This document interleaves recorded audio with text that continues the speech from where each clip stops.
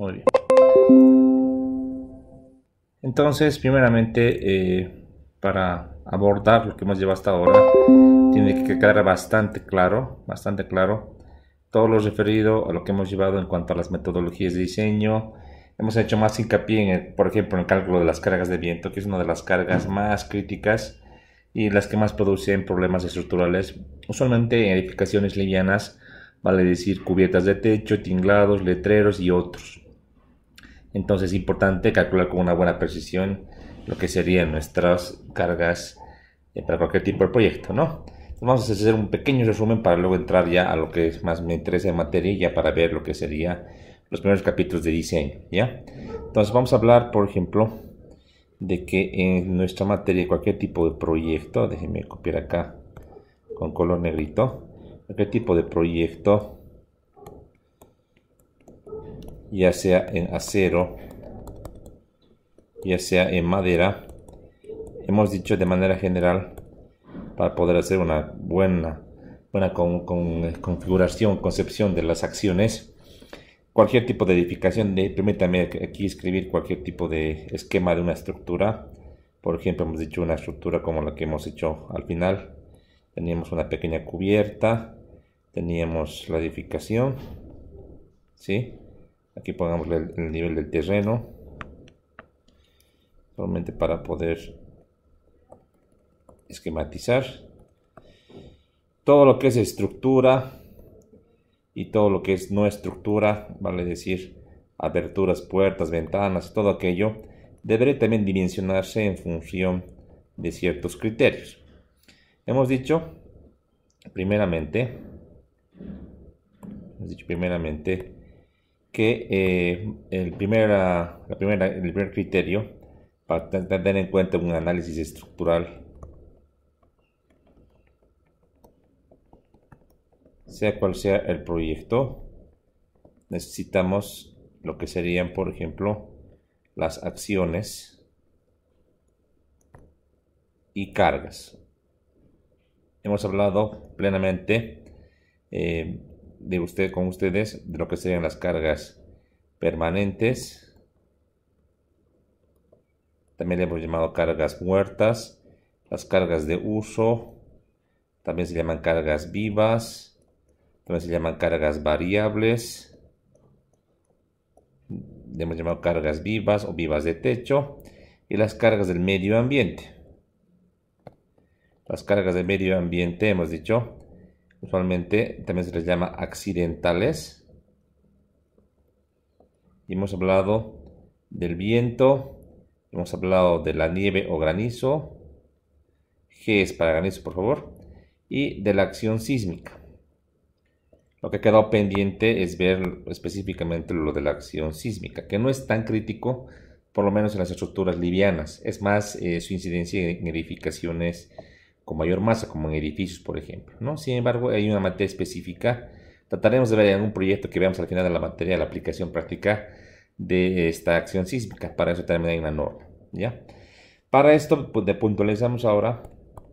Hemos visto algunos reglamentos o códigos que, por ejemplo, decíamos todo lo que son las acciones.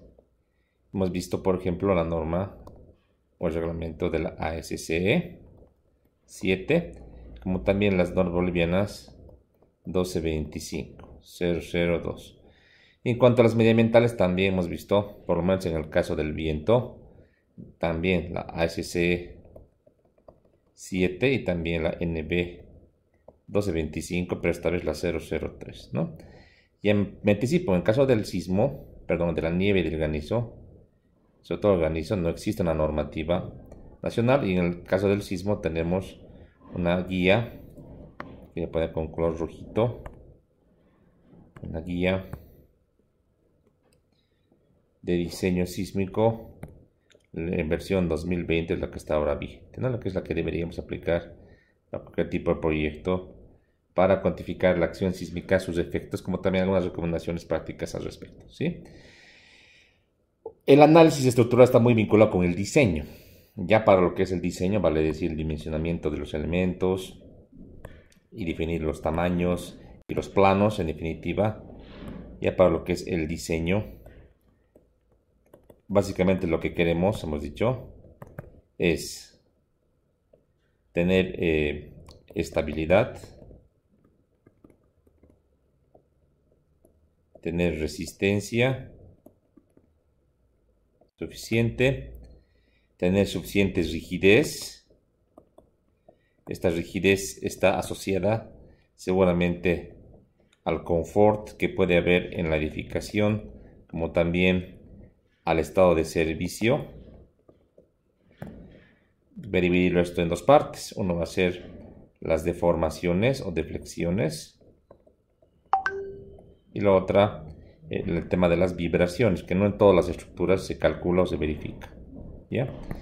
Solamente queremos esto, y además también obviamente que sea funcional, que sirva para el fin para el que ha sido propuesta la estructura, sea funcional, ¿no? Eso todos ya hemos hablado bastante. En el diseño vamos a obtener usualmente dos parámetros fundamentales. Hablemos de lo que sería la memoria de cálculo, de lo que serían los planos de construcción. Y al hacer los proyectos vamos a darnos cuenta que usualmente en cuanto a los planos usualmente y a la memoria, hablamos planos y memoria de diseño, de un diseño estructural. Pero ya para la hora de construir la edificación, si fuese de acero por ejemplo, se tiene que hacer un detalle más específico, un poquito más fino, ya con planos de taller por ejemplo, y de montaje, que es una tarea ya más específica de la gente que va a construir esta estructura, ¿no?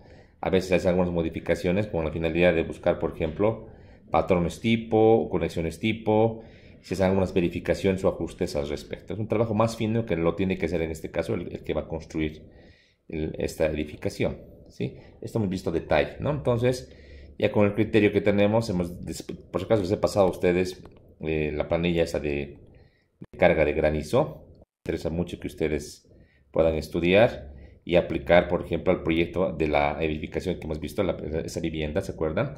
Ya la pueden aplicar. En la planilla está con un ángulo de otro proyecto. Quiero que utilicen el ángulo del techo, este ángulo alfa, que hemos visto según creo que tenemos un ángulo de 15 grados. Apliquen la planilla para tener ya las cargas listas para que podamos introducir un software para hacer un análisis estructural.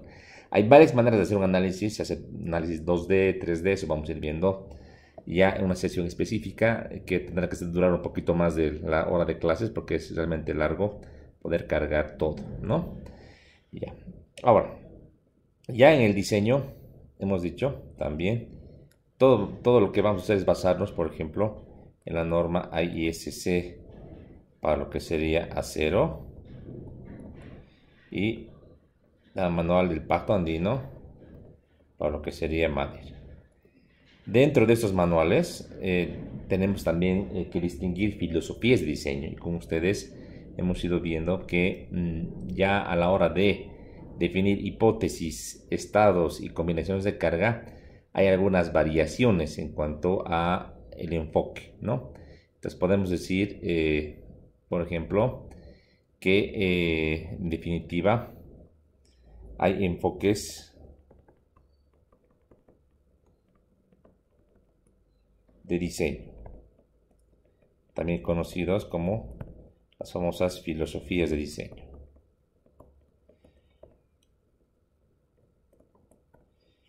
Estos enfoques o filosofías hemos abordado en la anterior clase y hemos hablado, por ejemplo, del enfoque LRFD, también conocido diseño por factores de carga y resistencia, y en español más conocido como los estados límites.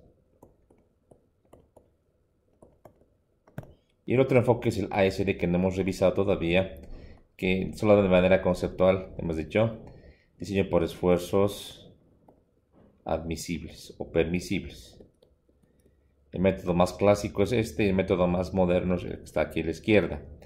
De ambos métodos hemos visto que hay diferencias. Hemos dicho, por ejemplo, que a la hora de hacer las famosas combinaciones de cargas, aquí lo que se verifica que es que un gamma sub i, q sub i, sea menor o igual a la capacidad de diseño de nuestro elemento miembro conexión. Esto aplica para cualquier parte de la estructura. Factores gamma, hemos dicho, son factores de mayoración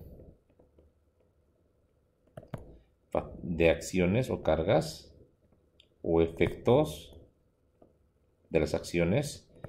Y phi, hemos dicho que son coeficientes de minoración de resistencias. El método LFD hemos dicho que es un método, si se acuerdan, probabilístico, hemos dicho, ¿verdad? Probabilístico. Entonces vamos aquí a remarcar esto. Es un método probabilístico. Algunos libros refieren a un método semi-probabilístico, pero usualmente se puede aceptar que es un método probabilístico, que hace un estudio y calibra ambos coeficientes, los calibra con un criterio, hemos dicho, de confiabilidad estructural. De esto ahorita vamos a hablar un poquito más, para tener más claro. Hasta mientras me voy a llevar al otro lado, a lo que sería el famoso método ASD. El método ASD es un método más determinístico, ¿ya? Aquí voy a colocar, es un método más, en este caso, determinístico. Tendemos simplemente a hacer un análisis referido a las acciones o cargas sobre las cuales vamos a darles su incidencia y vamos a comparar con un factor de seguridad global para lo que sería la estructura o la edificación. Entonces voy a anotar en este contexto a qué me refiero con el valor del que les refería a ASD. Lo que hace básicamente en este caso es comparar las acciones sin magnificar, que deben ser menores o iguales a las resistencias nominales entre un factor de seguridad. Este valor de omega es un factor de seguridad global que se utiliza para el material, que es variable obviamente en función de las condiciones del elemento. Este enfoque antiguo clásico hacía que las estructuras trabajen siempre a nivel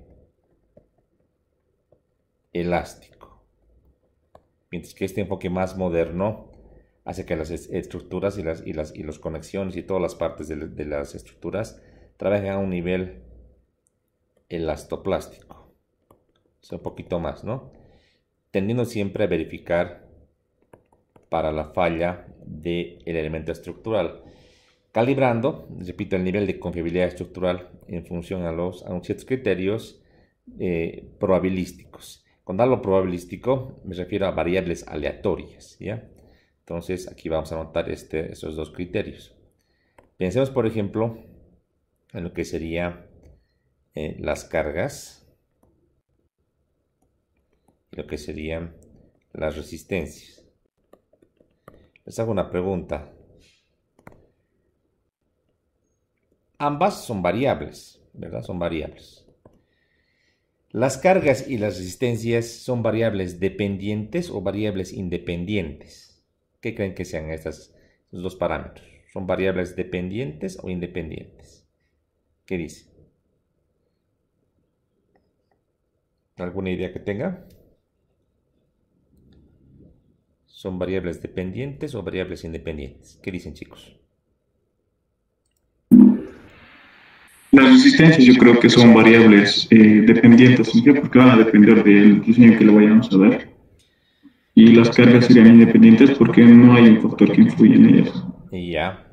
Mira, comparto tu criterio. Las cargas sí son variables independientes, pero también las resistencias son variables independientes. Parece un poco raro, ¿no? Mira, podemos hacer un diseño siguiendo las normas, siguiendo las ecuaciones, estados límites. Sin embargo, la resistencia real que tenga un miembro es variable, ¿no? No es exactamente lo que te sale en el papel. Y por ejemplo, si tú sacas un elemento y lo ensayas, por ejemplo, a tracción, a compresión, a flexión, nunca te va a dar lo mismo, es variable. Por ejemplo, en el ensayo que han hecho ustedes en el laboratorio, para diferentes muestras, no es exactamente lo mismo, hay ciertas variaciones, ¿no?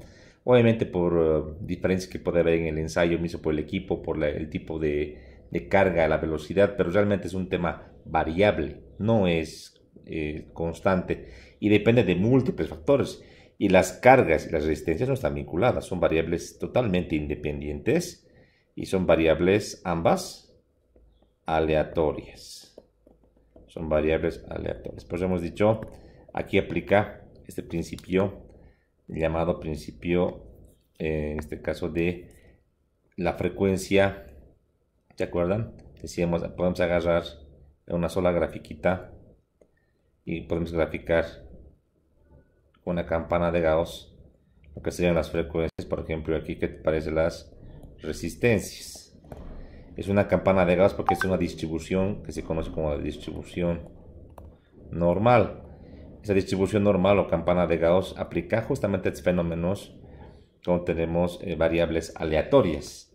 Justamente aplica porque no podemos predecir, por definición no podemos predecir cuánto va a tener de resistencia o en este caso de acción, ¿no? Lo que sí conocemos que la forma de esta campana podemos reconocer, por ejemplo, el valor medio, como también una cierta distribución o desviación estándar que puede haber en los valores que yo voy a ir leyendo de acuerdo a este análisis que voy a ir realizando. Eso también se conoce, ¿no? Entonces, lo que sí pues se puede entender que esta curva de distribución normal puede ser más ancha o puede ser más delgada si es que los valores van a ser más o menos dispersos. Y el valor medio también es importante para saber realmente cuál es el valor promedio que yo tendré en este caso de resistencia, para saber si estoy en un rango correcto o en un rango muy crítico o muy peligroso. Es un tema netamente estadístico, como se entiende. Ambas, repito, variables aleatorias, Entonces, la pregunta ahora es, ¿y cómo hacen para calibrar phi y gamma? Entonces, hay que imaginarse a los investigadores, y así lo dice la norma, para poder definir y con cierta precisión, si quieres, o cierto criterio, lo que se hace en LFD.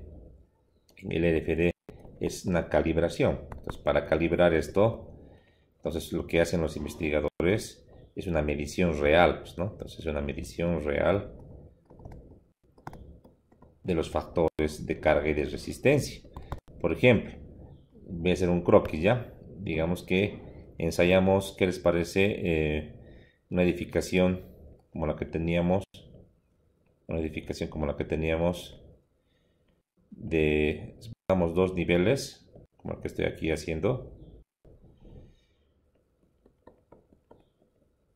que son tipo, digamos, en su geometría. Nunca va a ser una edificación una igual que otra, pero vamos haciendo este recorrido, esta revisión en estructuras similares que pueden ser comparables, todo con el afán de ir comparando algunas condiciones. Entonces aquí voy a hacer un esquemita, tratar de hacerlo un poco más chiquito, por favor, un poquito van a aguantar esta parte, un poco lento mi herramienta. A ver ahora, ni modo. Ya, entonces, a ver, ahora sí.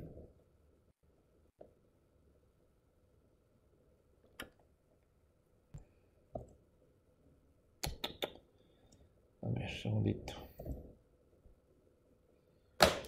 ¿Todavía se escucha? Sí, que estamos aquí. Sí, estamos con un problema aquí de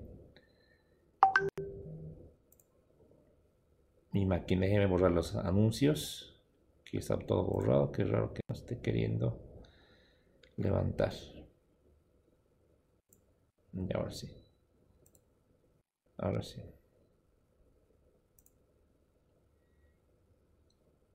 Ya. A ver. Otra vez. Borro todo esto porque no me está dejando hacer nada.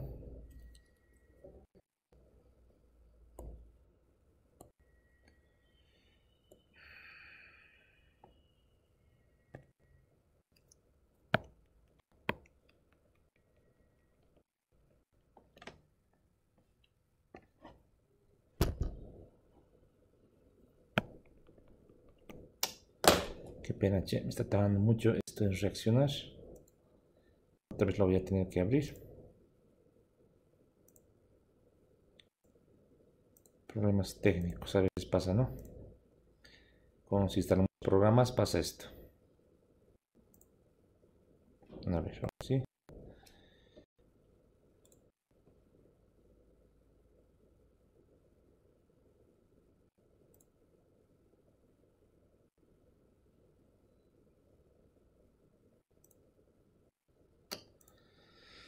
A ver.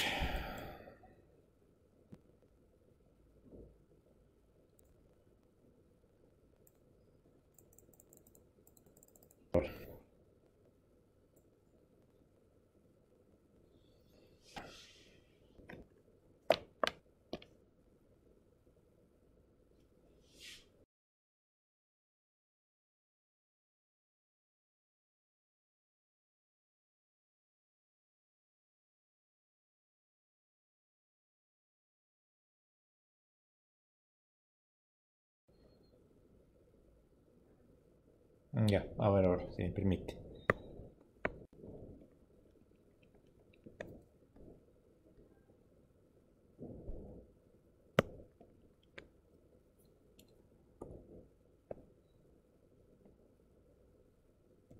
Ya, ahora sí.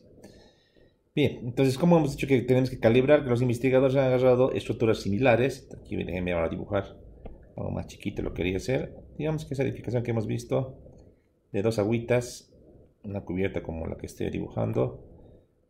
Y ahora podemos leer dos nivelcitos para querer hacer un cálculo un poco más consistente, ¿ya? Esta edificación entonces se ha ido verificando, obviamente edificaciones que sean similares.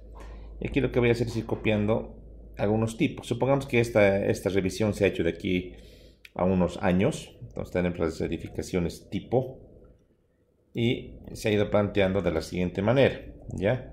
Entonces,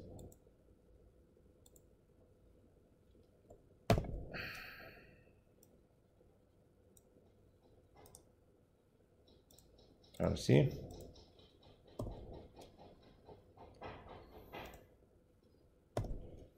Ya, entonces vamos a ir marcando. Vamos a ir recorriendo la edificación 1 que sea, 2 y 3. Vamos a un ejemplito para entender, ¿ya? Se va a poner un colorcito distinto para poder diferenciar, que sea el color verde, que sea con color lila, ya. Entonces voy a colocar los nombrecitos, la edificación número 1, la número 2 y la número 3, ¿ya?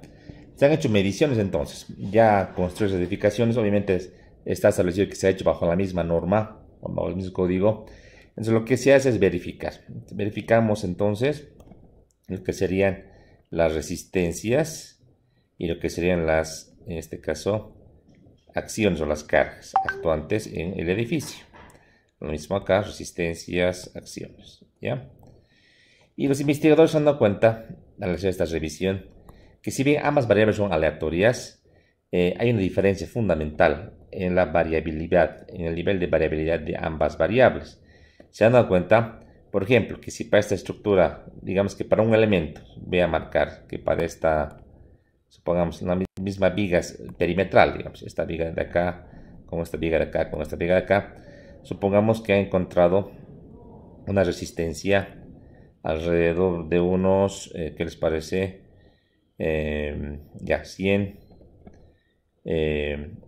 kilolibras por pie, esta unidades inglesas. Aquí en esta viga similar ha encontrado una resistencia de unos 103 kilolibras por pie y aquí una resistencia de 99 kilolibras por pie. Bajo las mismas condiciones de geometría, bajo las mismas condiciones de perfil, la variación es poquita, es casi insignificante, de 99 a 103 la diferencia no es mucho. Pero lo que se han ido encontrando es que la diferencia en cuanto a las cargas o acciones sí es significativa.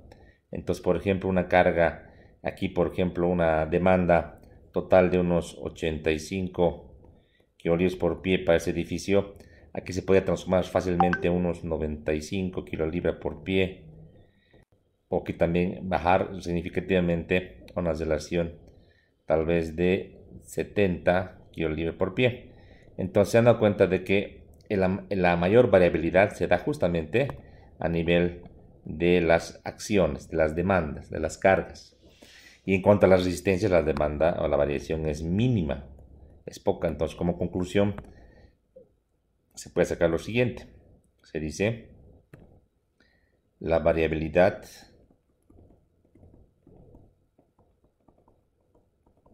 de las acciones es mucho más grande que la variabilidad de las resistencias. Es una de las conclusiones que han encontrado los investigadores. Entonces, al ir investigando ambas curvas, pues se han dado cuenta que una de las curvas, si lo graficamos otra vez la campana de Gauss, tenía esta forma bastante ancha, y otra de las curvas tenía una forma un poco diferente, que era una forma como la que estoy dibujando, donde la variación era diferente, era muy menos ancha la curva en cuanto a la campana de Gauss. Obviamente, a mayor variabilidad, mayor ancho, debemos dicho, entonces mayor probabilidad de cambio o de valor distinto.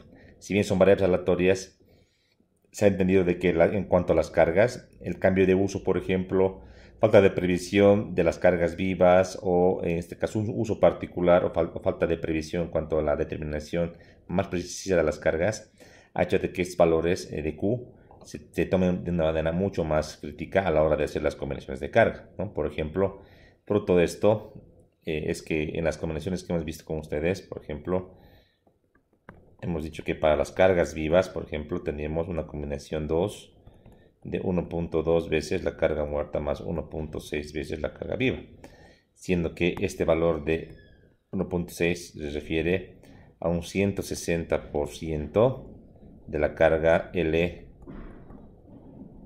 asumida. Ese rango de variación es sumamente importante, mientras que ya vamos a revisar en acero, por ejemplo, un valor phi típico es de 0.90 o un valor phi de 0.75. Solamente 0.90 casi se hace constante para las fallas dúctiles, y este otro parámetro para las fallas frágiles. Aquí tenemos fallas dúctiles, lo que sería, por ejemplo, la adherencia o fluencia, también conocida como plastificación, sin importar el tipo de falla. Puede ser, por ejemplo, flexión, puede ser atracción, etc. Y las fallas frágiles que se refieren, por ejemplo, a las roturas del material, por ejemplo, en el ámbito de las conexiones. Pero son valores que han quedado prácticamente constantes, que no tienen un gran margen de variación. En una norma antigua del 2005 o antes, este valor de 0.9 iba con 0.85. Y se ha poco a poco se ha ido ajustando y ha llegado a 0.90. O sea que ha variado apenas un 5% en varios años, mientras que en el tema de las cargas, en el estudio que se ha hecho periódicamente, fíjense cómo este valor tan grande está variando un 160%. O sea que trabaja al 1.6 de la carga prevista o asumida a la hora de diseñar, ¿no? O sea, hay una gran dispersión de valores, ¿no? Y cuando les hablaba de esos coeficientes de variación, les decía, básicamente lo que se tiene es un índice de confiabilidad. Se debe determinar un índice de confiabilidad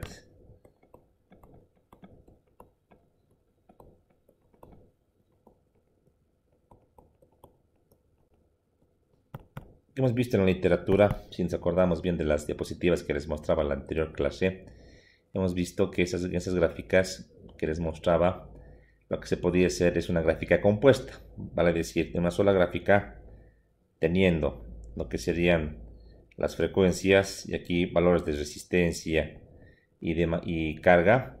Teníamos una curva, por ejemplo, la curva esta de resistencias, o de acciones, es esta curva, por ejemplo. Y aquí la curva de las resistencias, que va con color verde. La curva de las resistencias. Una curva un poquito más cerrada debido a la poca variabilidad que existe. De ambas curvas describíamos que tenemos aquí el valor medio de las resistencias. Aquí lo voy a hacer con la letra, de las demás con la letra Q. Y aquí el valor medio de las resistencias. Siempre la curva con verde debe estar siempre por la derecha o ser mayor a la curva con color lila. Donde se traslapa, hemos dicho, y tenemos aquí este sector achurado, son los lugares que le vamos a llamar los lugares de posible falla. Lugares de posible falla. Y hemos dicho que este lugar no se puede evitar, que siempre existe una posibilidad, una probabilidad de falla en la estructura. Eso es un tema netamente estadístico. No podemos definir que no exista ningún tipo de falla. Lo que sí podemos bajar o reducir es este margen o ese nivel de posible falla que puede haber en una estructura, un miembro estructural, en una conexión. Se puede hacer eso, ¿no? Y para tener el índice de confiabilidad lo que se hace es montar en una sola grafiquita ambas gráficas a través de un logaritmo, decíamos. Y aquí en el eje horizontal, el logaritmo natural de las resistencias entre las demandas. Y tener una gráfica combinada,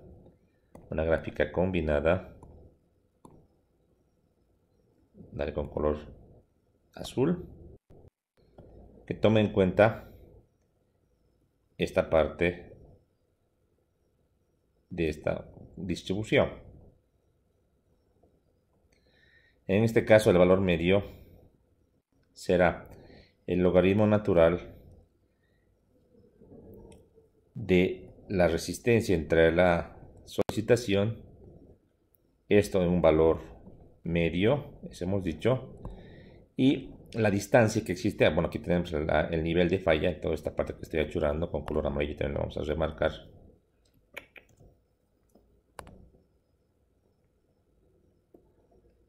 Ahí está el nivel de falla o fallo, y tenemos, decíamos, una distancia entre este origen que está en 0 y este valor medio que le vamos a llamar beta multiplicado por sigma multiplicado por el logaritmo natural de la relación R entre demanda. Este coeficiente de confiabilidad debemos de llamar beta, es un coeficiente de confiabilidad que es el que sí podemos dotarle a la estructura. Lo que podemos hacer es eso, manipular y tratar de darle un nivel más alto de confiabilidad en función de ciertos parámetros. Y el valor sigma se refiere a la desviación estándar que tiene nuestro miembro en función a la relación resistencia y demanda. Ese nivel de confiabilidad les cuento que se ha estudiado y tiene pues ciertos parámetros ya definidos, ¿no? Por ejemplo, los niveles de falla o de probabilidad de falla se estudian de la siguiente manera. Aquí solamente un ejemplo voy a hacer. Esto les voy a dar una tabla que ya tengo preparada para pasarles. Eso les voy a dar en el Classroom. Una pequeña tabla, un resumen voy a hacer aquí a continuación, donde tenemos el valor beta de confiabilidad y la probabilidad de falla. Esta de acá es la probabilidad de falla.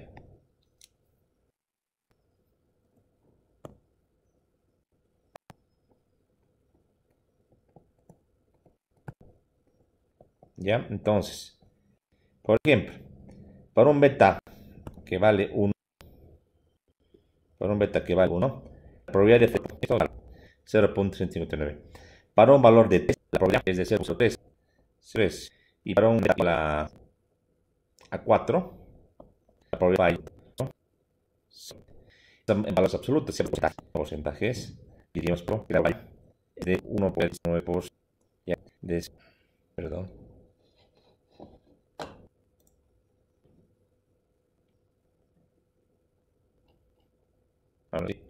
De 0.1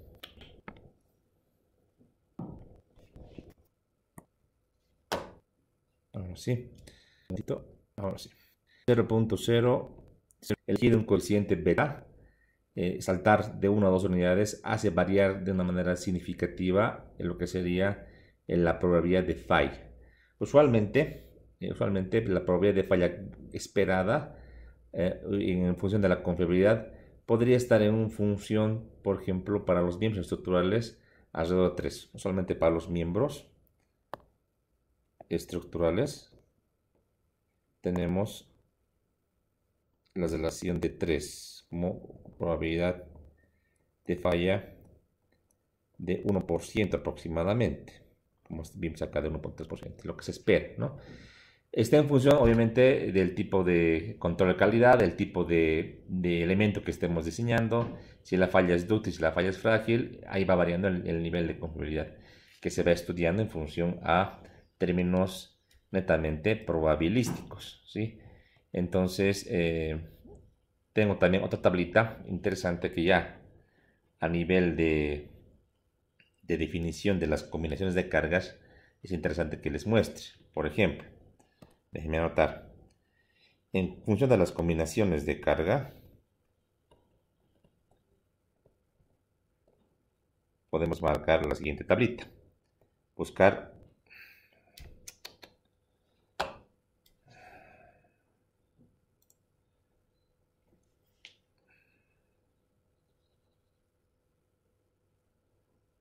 ¿Todavía se ve la pantalla, chicos?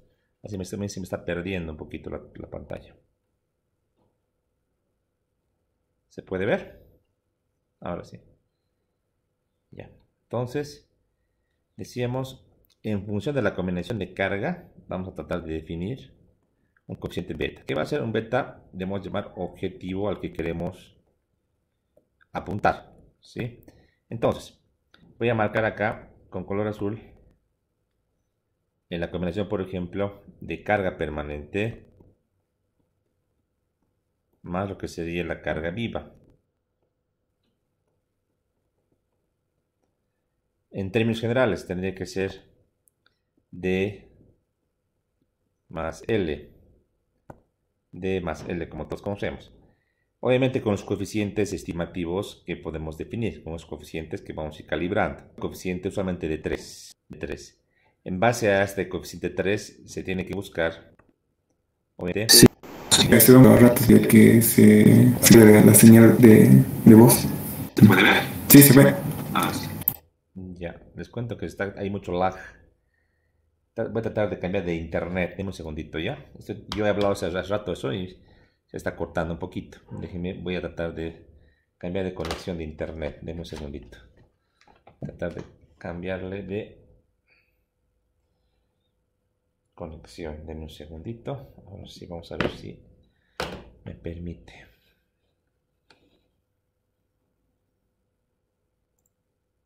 A ver.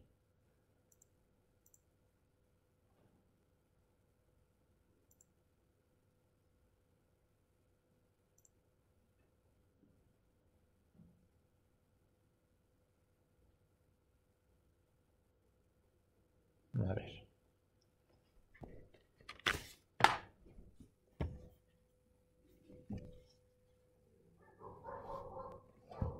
Dame un segundito, a ver si me permite ahora. A ver.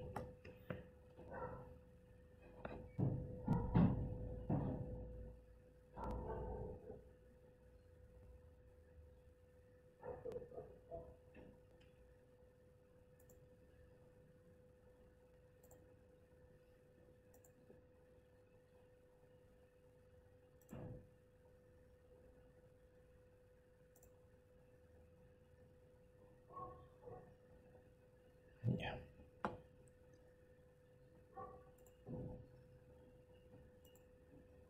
Ya. A ver ahora. Creo que está más rápido. Voy a cambiar mi red. Deme un segundito, por favor. Quiero cambiar a otra red más estable.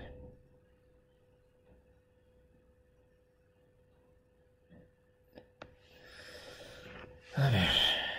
Aquí.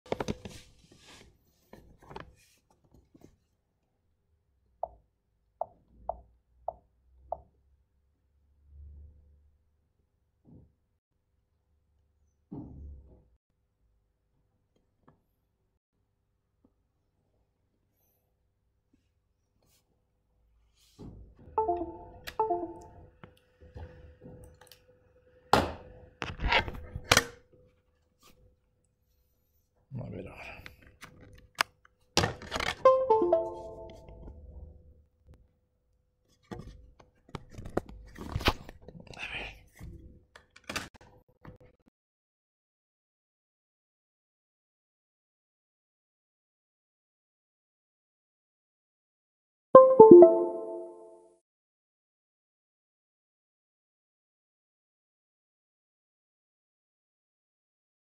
A ver, ¿todavía se puede ver la pantalla? ¿Jóvenes? ¿Se me escucha? Se ha cortado.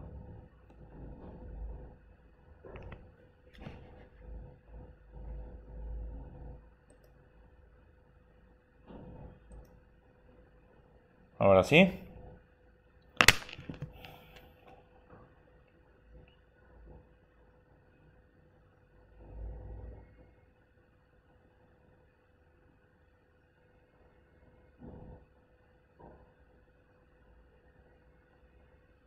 Ya. Jóvenes, ahora se escucha, se puede ver mejor la pantalla. Está más rápido.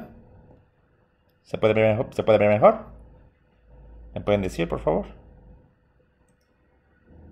Se ha desconectado, creo.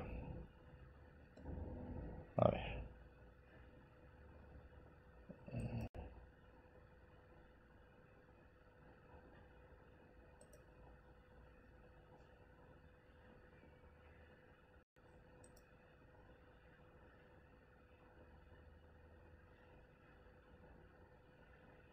Ya. A ver, un segundito.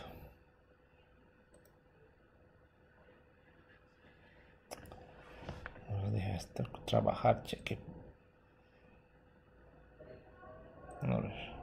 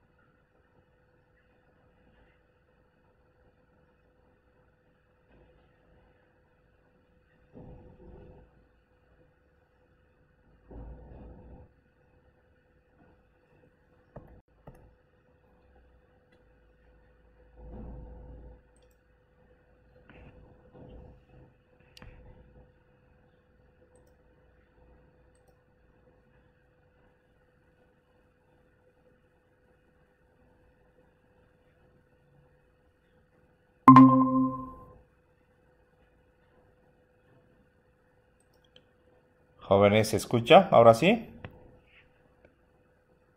Sí, sí, escuchamos. Y ya, estaba con un lag terrible, se me estaba cortando. Estoy con otros datos móviles, ojalá que no se corte ya. Voy a volver a compartir pantalla, deme un segundito. Temas logísticos acá en la universidad es tremendamente complicado. A ver ahora, ¿me pueden confirmar si se puede ver así medio de manera fluida este cuadrito que estoy haciendo? Se está viendo, Inge, pero tal vez si puede escribir algo, mover el ratón. A ver, ¿ver esta línea? No, ahora sí. Yo me acuerdo que está viendo más de manera Directamente fluida. aparecen las líneas. Sí, no es fluida, es así. Y bacano. Qué bacano. Es que se está actualizando Deme un segundo, creo que es porque se está actualizando. Está vinculando. Se está sincronizando. Por eso debe ser. Deme un segundo. Creo que se lo voy a poder parar. Y que después se nos conecte. Deme un segundito. A ver. El tema de la sincronización nos está perjudicando. Se está comiendo la señal. Esto es. A ver. Creo que ya.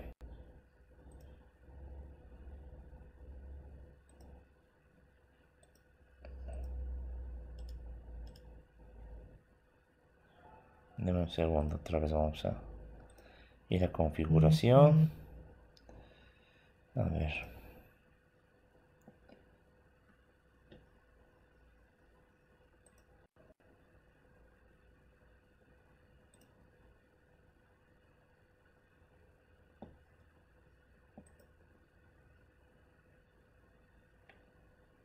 A ver ahora si es que nos deja. A ver ahora.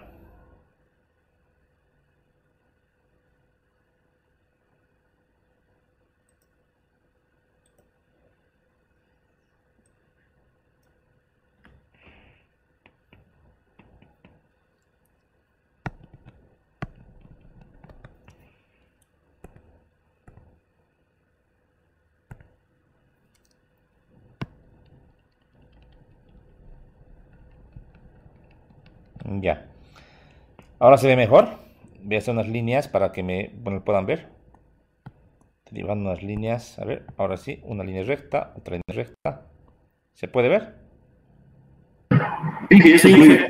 Sí, genial. Ya está Se ve mejor. genial. Sí, es que era por la sincronización automática. Eso me está perjudicando.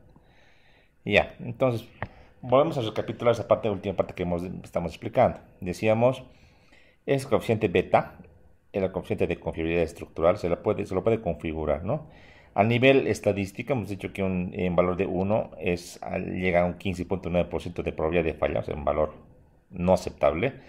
Un valor de 3 llega más o menos a un 1.3%, un valor de 4 ya un valor muy chiquito de 0.03%. Mientras beta sea más grande, también obviamente es más antieconómico, ¿no? Para lo que es el diseño. Entonces, para fines prácticos, para miembros estructurales se acostumbra a usar 3. Aquí en este cuadro estoy demostrando. Para carga muerta y carga viva, usualmente D más L que lo conocemos, el valor objetivo es 3. Y para el valor de 3 se va calibrando cuánto es alfa, perdón, cuánto es el valor del factor de carga y el factor de minoración de resistencia para llegar a este factor deseable en cuanto al valor que hemos indicado, valor de 3. ¿Ya? Otro ejemplo. Si tenemos ahora a continuación, por ejemplo, lo que sería la carga... ya. Y para lo que sería conexiones, es para miembros, por si acaso, es para miembros. Para conexiones se busca un valor de 4.5. Para conexiones. En las conexiones siempre es más crítico en este caso el encontrar factor de carga y resistencia, y es más deseable que sea un valor más grande. ¿Por qué motivo? Porque las uniones son puntos muy críticos en la estructura donde ya el comportamiento y la teoría clásica estructural no funciona tanto.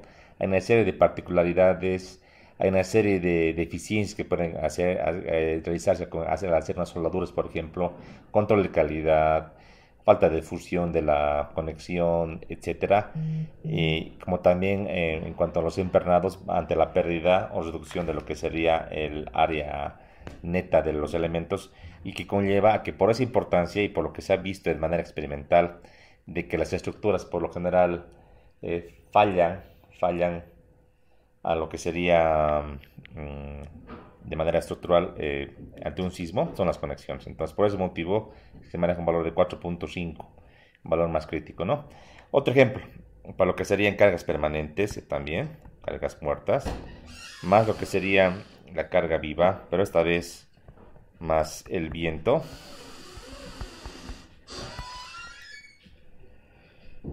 Tenemos un valor de 2.5, un valor mucho más pequeño debido a que el viento y la combinación con la carga viva es menos probable que ocurra en una estructura. Entonces, para 2.5 para muerta, viva y viento, y esto también nos lleva de manera general para buscar los miembros. Para conexiones igual aproximadamente tenemos 4.5 a 4 para lo que serían las conexiones también. Ya. Por favor, denme un segundito. Me he venido a visitar aquí en la oficina. Denme 2 minutos y continuamos la clase. ¿Se escucha ahora? Sí, lo escuchamos. Perdón, muchas gracias. ¿Ya? Entonces, decíamos, es variable en función del tipo de combinación de carga justamente la relación que existe de este coeficiente beta. Decíamos, con beta se calibre se encuentra phi, se encuentra gamma. El valor de gamma ya hemos ido viendo en las anteriores clases. Por ejemplo, hemos dicho el clásico 1.2 y 1.6 sale justamente de ese estudio probabilístico, que es un poquito más matemático como tal y estadístico. Sin embargo, tiene pues cierta razón de ser, y es bueno que un poquito entremos a entender que estos coeficientes se van calibrando, no son únicos. Con los años se va estudiando diferentes tipos de estructuras. Puede ser que en un país como Bolivia el uso de las edificaciones típicas, como son viviendas, o pueden ser, por ejemplo, galpones, vayan modificando, vayan cambiando, se vayan tecnificando, y tal vez el nivel de variación de las cargas o de las acciones vaya reduciendo, ¿no? O tal vez cuando se conozca de mejor manera el comportamiento del viento, cuando se pueda caracterizar con mejor precisión, también la variación que existe, y obviamente los coeficientes de confiabilidad que estamos buscando, vayan también reduciendo con el objetivo de ser más económicos. Entonces, en términos generales, betas mayores, entonces más seguridad, pero a mayor costo, y viceversa, ¿no? Entonces, decíamos, ¿cuál es el valor más correcto, el valor más deseable? Entonces, será siempre aquel que nos dé valores conservadores, pero no derrochadores, ¿verdad? Esa es la frase que tiene que usarse, pero todo con un respaldo probabilístico, ¿no? Aquí nunca vamos a encontrar, por ejemplo, mezclar viento con sismo, hemos dicho, ¿no? De que existe la posibilidad de que justamente cuando venga un viento de norma, justo venga un terremoto. Pero es tan baja la probabilidad, tan chiquita, que prácticamente no se toma en cuenta. Y si ocurriese, ni modo, pues, o sea, hay siempre un ranguito, hemos dicho, de una posible falla estructural, pues, ¿no? Entonces, no hay estructuras que sean pues totalmente, si se quiere, antisísmicas o indestructibles. Siempre existe una probabilidad de una falla, ¿no? Pero eh, digamos, siendo coherentes con ese análisis, yo creo que se entiende que se busca siempre tener de manera criteriosa, si se quiere, un margen de seguridad, un nivel de confiabilidad razonable, ¿no? Que no nos obligue a construir búnkers, y tampoco nos haga, en este caso, ir muy al riesgo de un colapso. Entonces se busca siempre un nivel intermedio. Eso es lo que tenemos que entender de esta metodología, básicamente, ¿no? Bien, ahora vamos a entrar ya con esta idea que acabamos de explicar. Lo que voy a abrir es la norma, ya voy a abrir el ASC, denme un segundito.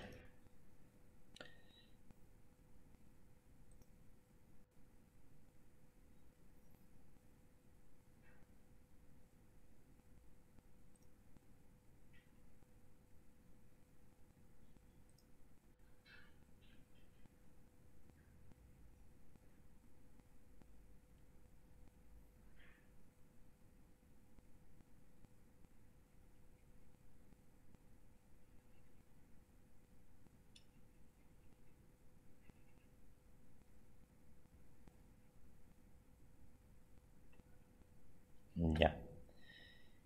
Y vamos a tratar de buscar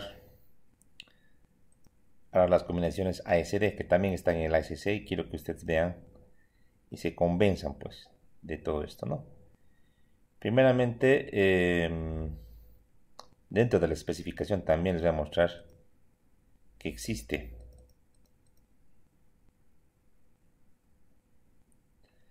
Voy a entrar a la parte inicial de la especificación, déjenme un segundito, voy a ir.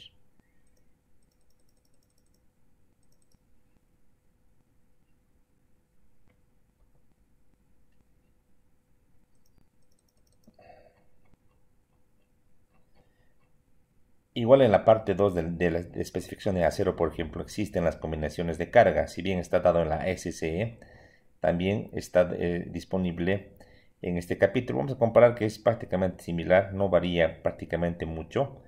Por tal motivo podemos dar más valía a lo que sería el ASC. Sin embargo, vamos nomás a mostrar. No sé por qué no está queriendo correr esto. Un segundito. Vamos a tratar de activar esto, que se está lenteando también, no sé por qué. Últimamente mi máquina está un poquito lenta. Tenemos que poder, che.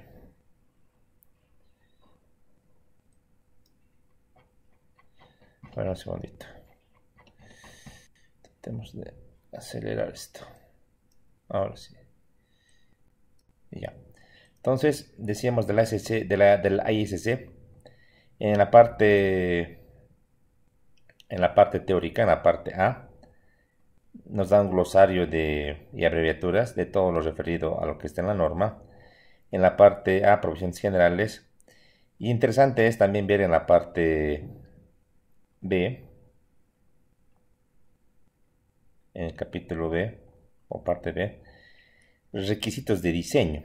Y aquí habla justamente de las cargas y las combinaciones de carga. Entonces, para esto vamos a ampliar un poquito esta hojita. ¿Y qué nos dice? Que las cargas, como también las cargas nominales, déjenme marcar esto, dice las cargas y las cargas nominales y las combinaciones de cargas, en este caso deben ser aplicadas usando un código aplicable, un código de cargas, ¿no? Dice, en ausencia de un código de cargas local, por ejemplo en Bolivia, la carga y las cargas nominales y las combinaciones de cargas pueden tomarse, dice, de la norma o del reglamento ASC 7. Aquí está, tal como lo que estamos viendo ahora. Entonces, ante la ausencia de una norma local, se pueden tomar de acá, ¿no? En este caso, que nos dice que conocemos ASC 7, dice, hay que estudiar muy bien lo que sería la sección B3.1 de esa norma y la B3.2 para el ASD, el B3.1 para el LFD y B3.2 para lo que sería ASD, ¿no? En la norma de acero está habilitado, les cuento, ambas metodologías. La norma LFD es la más moderna. En hormigón, en otro tipo de materiales, la ASD ha quedado un poco atrás. Sin embargo, en acero sigue vigente porque se ha calibrado de cierta manera. Ahí tengo una gráfica que les voy a mostrar más adelante, una curvita que vincula lo que es ASD y el LFD para obtener ciertamente valores de factores de seguridad omega en ASD que nos den márgenes de seguridad si quiere, equivalentes a lo que sería tener un diseño con el LFD, con ciertas variaciones evidentemente, ¿no?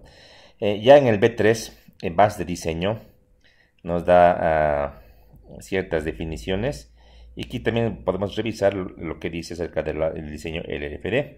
En este caso es en ecuación, lo que habíamos visto de manera general aquí en la norma americana, ya no maneja el sumatorio de gamma I, QI, sino que directamente maneja el valor de RU. Esto no nos tenemos que olvidar que viene, y por favor no se van a olvidar ustedes nunca, que esto viene efectivamente de la sumatoria de gamma I, QI, donde gamma I son los factores de carga y QI serían las acciones o su efecto. ¿Ya? Me refiero a efecto a esfuerzo. Ya acá habla de RU, que en términos concretos le llama resistencia requerida, que es lo que tenemos que llegar. Si hablamos a nivel de, por ejemplo, decir una viga, esto puede venir para carga muerta y para carga viva de la siguiente combinación, de 1.4 veces la carga muerta o 1.2 veces la carga muerta más 1.6 veces la carga viva. De ambos el que sea mayor, el valor máximo, que va a ser el más crítico, ¿no?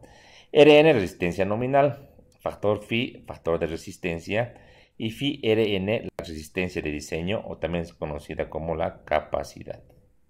Son términos que tenemos que manejar y tenerlos muy en claro para evitar confusiones a la hora de hacer un diseño, a la hora de entregar un reporte o a la hora de usar un software, porque los softwares usan la misma nomenclatura que está acá explicada en la ASCE, ¿ya? En cuanto a los valores de Rn o las capacidades nominales, se encuentran, dice, en función, dice, a los estados límites. Estos estados límites están dados en el capítulo D al capítulo K. Capítulo D es tracción, capítulo E es compresión, capítulo F es flexión, capítulo G es cortante, capítulo H es flexocompresión, flexotracción, y así para cada estado nos va explicando, para cada tipo de elemento, para cada tipo de estado de esfuerzo, o para cada tipo de conexión. Hay un capítulo específico en la norma donde nos dan ecuaciones y recomendaciones para poder calcular las famosas resistencias de diseño, RN, que se tienen que calcular en función a lo que dice esta norma específica. Eso sería en el EFD. Ahora un poco recapitulando, en ASD, como les dije, la inecuación cambia y tenemos un factor de seguridad. Este valor omega es un factor de seguridad, ¿no? Este factor de seguridad es igual la norma lo ha ido calibrando ciertamente en función del material. Y este factor de seguridad igual está definido en función, dice, de los estados límites aplicables en el capítulo del capítulo K. Van a ver que de manera paralela en la norma va explicando uno u otro caso. Poco me voy a adelantar para poder ver ya esa parte. Entonces, por ejemplo, voy al capítulo D, que es el capítulo que vamos a comenzar ya desde la clase siguiente. Ahora un poquito vamos a entrar a ver algo superficial, pero vamos a ver desde la siguiente clase el capítulo referido a la tracción. ¿Ya? Entonces, denme un segundito, voy a llegar ahí a tracción, capítulo D. Capítulo D, denme un segundito. Aquí.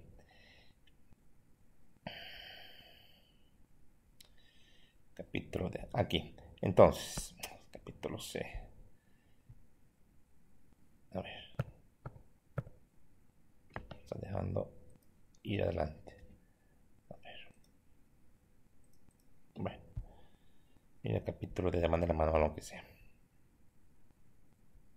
Ya, ahora sí. Este capítulo D habla de diseño de miembros en tensión. Diseño de miembros en tensión. ¿Ya? Entonces, el estado límite que vamos a verificar es el esfuerzo de tensión. Cualquier tipo de miembro. Como cada capítulo de esta especificación va dividiendo en función a partes relevantes en cuanto al análisis. ¿Ya? Si se pueden fijar acá hay una diferencia en colores. ¿Ya? Lo que está en color negro es lo que está en esta plana y lo que está con color azul son links que te vinculan a otras hojas. Hablando de estados límites, aquí tenemos algunas limitaciones de esbeltez, aquí tenemos resistencia a tracción, aquí tenemos área neta efectiva, aquí tenemos miembros armados o conformados, aquí tenemos barras de ojo y aquí tenemos los famosos pasadores. ¿Ya? Para cada uno de esos capítulos, desde lo que sería D en adelante, tenemos las ecuaciones de estados límites. Les voy a mostrar.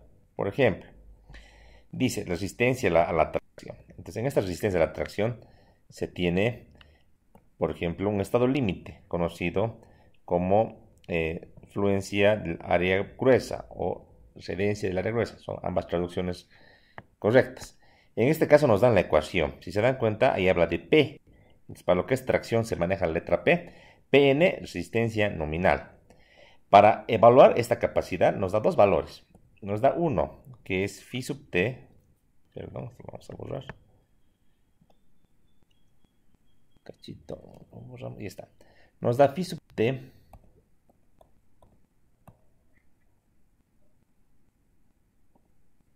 Aquí. Ahora, phi sub t, que sería la resistencia o el factor de minoración en tensión para el LFD. Y nos da un factor omega t, que es 1.67.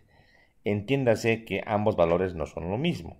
Uno va a ir a mayorar, si yo quiero encontrar, por ejemplo, la capacidad de diseño, phi sub t, pn es la capacidad, sería en este caso 0.90 por el esfuerzo de excedencia por el área bruta. Es la misma ecuación que está acá, solamente que con este factor incorporado. Pero si yo quiero encontrar la capacidad, en este caso, en ASD de mi elemento, yo debería encontrar, en este caso, Fy por el área gruesa, todo esto entre un factor de 1.67. Entonces, ambos enfoques no manejan la misma relación.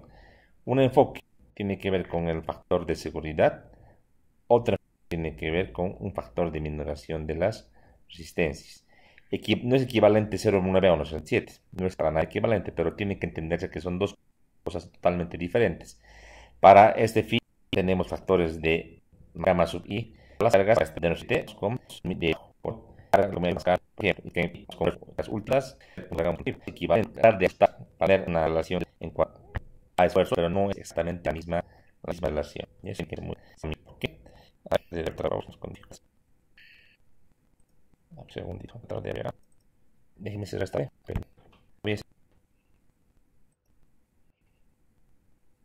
Todavía se escucha, se puede ver pantalla todavía.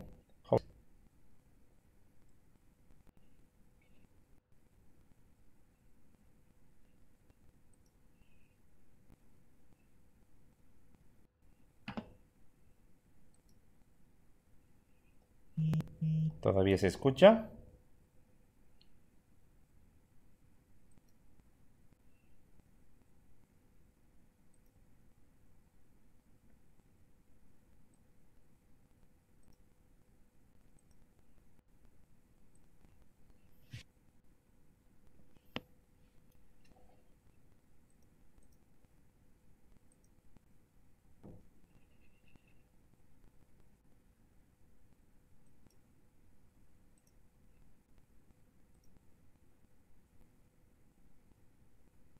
Todavía se escucha. ¿Me pueden confirmar, por favor?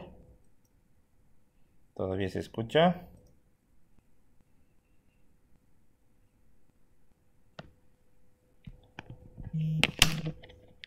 Todavía se puede ver la pantalla.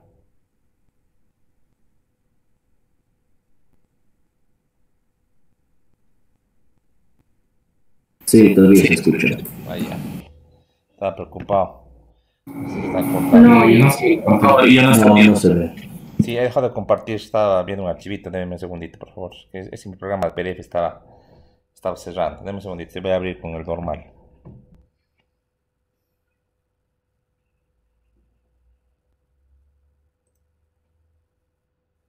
Sí, todavía se escucha.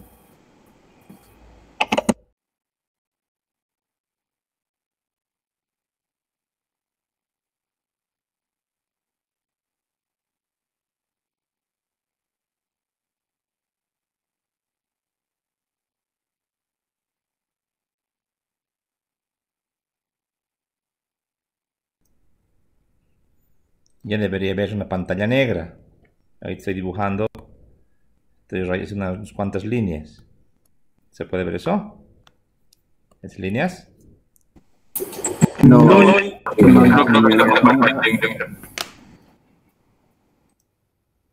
Estoy compartiendo. Ahora sí. Ahora sí. Ya. ¿Qué más? Se está cortando. Para abrir ese archivo PDF para mostrar una norma, poco se me ha cortado. Ya, no importa. Lo que yo voy a hacer ahora es abordar por lo menos la parte inicial de lo que sería tracción. Si se me escucha. ¿Ya? Todo ese bagaje que han visto de cargas, combinaciones de cargas, tiene aplicaciones prácticas que se hacen en ejercicios. Eso vamos a ver también con el auxiliar. Ahorita lo que me interesa ya es abordar lo que tenemos que avanzar en cuanto al nivel de diseño propiamente dicho. El estado tensional más sencillo y el primero que vamos a ver es el estado tensional referido al nombre, al título de tracción. Voy a poner un título bastante simple. Tracción simple o tensión también se le llama ya. Tracción, sinónimo también de tensión. En algunos cursos o libros van a ver que tensión es una palabra genérica que quiere decir esfuerzo, pero en este caso lo voy a utilizar a nivel de explicación de esfuerzos, en este caso referidos a la tracción. Como ustedes bien conocen, la tracción simple se refiere a un estado tensional al cual un objeto, un elemento, un miembro, en este caso, que vamos a comenzar con el acero, tiende a alargarse. Es justamente el ensayo que ustedes han visto el anterior día en el laboratorio. Entonces tenemos fuerzas que tienen a jalar este elemento, este miembro, y el elemento va a tender a estirarse, va a tender a ganar cierta longitud, pero también va a tender a ciertamente angostar su sección transversal. Entonces tendremos que acá un valor, un incremento delta L que tendrá este elemento. Esta fuerza P es una fuerza perpendicular a la sección transversal. Si aquí hacemos un cortecito, corte AA, como aquí lo estoy haciendo, podremos dibujar la sección transversal. Por ejemplo, si hablamos de una sección rectangular como la que estoy aquí achurando, donde tengo las dimensiones, por ejemplo, que aquí le voy a poner la dimensión T y aquí la dimensión W. Sé que usted se ha acostumbrado a decir base por altura, pero cuando hablamos de acero en secciones rectangulares hablamos de usualmente planchas o hablamos de placas, que de aquí en adelante voy a nombrar con la letra o el término PL como lo estoy haciendo. Es una placa, tiene por característica un ancho y un espesor. Usualmente el espesor T y el ancho W, en cuanto a T, toma valores bien pequeñitos, valores milimétricos que podrían ser 2, 3 y demás milímetros. Puede llegar también a expresarse en términos de un 16avo, 2 16avo, media pulgada, etcétera. Eso en unidades pulgadas, ¿no? En inch. Y es un poquito limitante lo que llega a nuestro medio. Usualmente en Bolivia lo que nos llega es de 2 milímetros hasta unos 10 milímetros. Usualmente es lo que más grande que se puede conseguir, digamos, de manera racional. Para pedir se puede conseguir mucho más, ¿verdad? Pero es limitativo a comparación de los anchos. El ancho W es variable. Uno puede conseguir placas o planchas de diferentes dimensiones y pues solamente es cortar para tener la dimensión que uno quiere, ¿verdad? Entonces, en tensión, decíamos, un miembro tiene fuerzas que usualmente tendrían que pasar por el centroide, aquí con esta sección que estoy dibujando. Aquí dibujaré unos ejes, aquí el eje X, aquí el eje Y, aquí estaría el centroide con color verde y aquí estaría viniendo esta fuercita que tiende a jalar el elemento, a traccionar el elemento. Entonces esta fuerza P tiene que pasar necesariamente por el centroide de esta figura, ¿sí? Hasta acá todo bien, ¿se pueden fijar? ¿Sí? Sí, podemos fijar. Sí, sí. Perfecto. Ahora, hablar de un elemento así en el espacio es, como han visto ustedes en cuestiones materiales, parece ser un poquito, digamos, si se quiere, muy abstracto. Tratemos de dibujar algunas estructuras. Entonces, en algunas estructuras tipo, podemos hablar de elementos en tracción. Por ejemplo, parece tener un elemento como el siguiente, un portiquito, como el que estoy dibujando, sujeto a cargas o esfuerzos laterales. Aquí unas cargas laterales, por ejemplo, que pueden ser viento, puede ser sismo, etcétera. Y tener elementos que tienden a rigidizar, ¿no? Elementos como estos, unas cruces o diagonales, llamada por la configuración una cruz de San Andrés. Y con esta fuerza actuante que está dada en esta esquina de izquierda hacia derecha, pues va a ser este elemento que estoy achurándolo con color rojito, el que va a estar sujeto a fuerzas de tensión, ¿no? Usualmente esas diagonales sirven para rigidizar las estructuras, ¿no? Entonces tiene que estar presentes y usualmente si queremos limitar las deformaciones laterales, es buena práctica tener este tipo de tensores o elementos en tensión. También existen elementos como unas cerchas de techo que las podemos abstraer de la siguiente manera. Podemos tener en un techo la siguiente configuración. Entonces tener una armadura como la que muestro aquí y con una configuración de celosía así tipo como la que estoy haciendo ahorita y donde tengamos por ejemplo una carga que produzca una carga vertical hacia abajo, una carga con otro colorcito para mostrar una carga, podría ser digamos Q, y esta estructura debe estar simplemente soportada como solamente están los techos o las cubiertas. Y ante ese escenario de cargas, por ejemplo, tener elementos como los que estoy aquí dibujando, es el elemento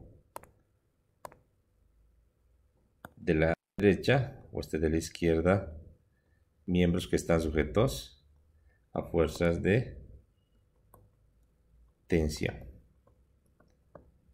De esto hemos hablado, creo que ya una clase atrás hemos dicho qué configuración de cercha o de armadura será la más conveniente desde un punto de vista práctico.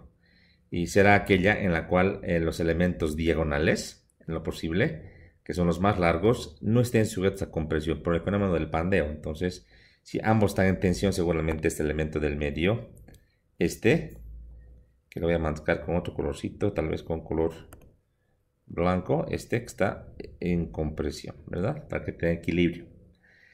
Entonces tenemos tensores o elementos que ayudan pórticos, tenemos elementos de cerchas o diagonales también, como en este caso. Tal vez un elemento un poco raro, parezca un poco raro.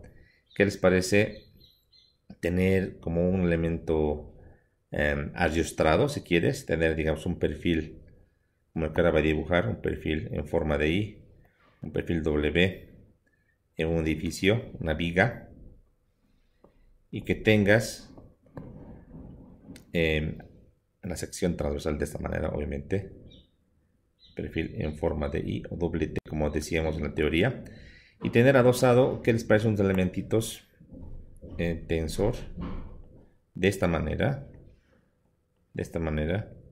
que tengan que sujetar, por ejemplo, unas tuberías, ¿no? Y por ejemplo, unas tuberías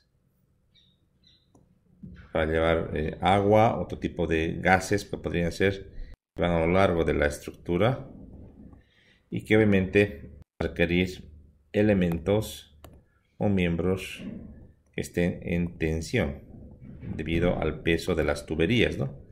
Estén elementos o miembros en tensión, por ejemplo. Otro tipo de elementos, aquí tengo una viga, bajo la viga adosar este tipo de elementos, esos tensores, ¿no? Y así como hay un montón de elementos. Otro que se me ocurre, por ejemplo, ¿qué les parece tener una estructurita como la que voy a dibujar ahora? Tener que hacer, ¿qué les parece?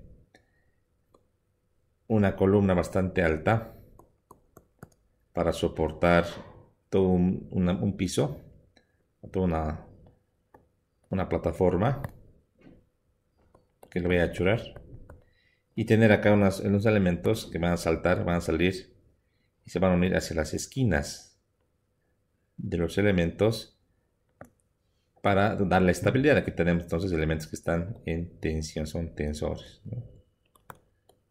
Entonces hay en diferentes tipos de estructuras, ya sean en cubiertas, ya sean en pórticos, ya sean en elementos secundarios de unas vigas o tal vez en este tipo de elementos tipo torre, elementos que están en tensión, que tienen que ser diseñados para tal efecto. Recordar que ustedes han visto con el día del ensayo, han visto han visto un ensayo de elementos en tensión. Entonces recordar que típicamente la curva tensión deformación tiene la siguiente característica. Adelante, por favor. Tiene la siguiente característica. Sí, Marita, perdón, Marita, sí. Gracias. Claro. Gracias, Marita. No, pues. Pueden estar hasta las 8 de la noche. No, pues. Entonces esta curva, si se acuerdan ustedes, chicos, han ido viendo en el ensayo. Yo aquí se los voy a poner de manera resumida. Teóricamente ustedes han visto en resistencia de materiales seguramente esta curva. Una curva que tiene esta forma, que tiene una forma bien perfecta, ¿no? Una forma totalmente lineal. Así la han estudiado. Una parte recta, una parte de deformación hasta la falla. Esta curva es la curva teórica, que no es para todos los tipos de acero. Idealmente en la parte práctica, a notar que la curva que se saca en el ensayo y de la cual les voy a dar la tareita con los valores que han encontrado el ensayo, obviamente depende del tipo de acero, puede ser esta, ¿no? Puede ser una curva, evidentemente en la parte lineal recta y un poquito un tramo que se va inclinando la pendiente, llega a ceder, pero aquí hay como en este caso, una deformación un poquito que va en zigzag, que va subiendo y bajando, pero casi en un nivel constante, un pequeño endurecimiento del material hasta cierto nivel de rotura.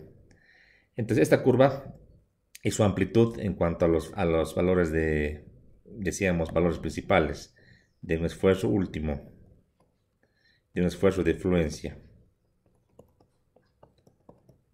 que nos sirven para los cálculos, también están referidos, decíamos, a una deformación unitaria en cedencia o plastificación, un esfuerzo máximo, un esfuerzo de deformación para el esfuerzo máximo. El punto de rotura no nos interesa mucho, aunque también es el valor de deformación nos interesa para saber hasta qué punto el material puede llegar a deformarse antes de romperse. Para fines de cálculo nos sirven esos dos parámetros fundamentales, ¿no? No todos los aceros tienen este comportamiento. Hay aceros también, hemos dicho, que si son un poquito más resistentes, usualmente tienen este comportamiento. No son tan dúctiles, entonces aquí tal vez incluso tenga un tramo lineal y venga de esta manera, ¿no ve? Y no podamos identificar claramente cuál es el punto de fluencia. El punto de esfuerzo máximo sí se lo puede determinar, que estaría por acá. Punto de esfuerzo máximo, ¿no? FU. Y el punto de cedencia, decíamos, de la parte lineal, nos está una paralela y más o menos por acá, a un valor de 0.2%.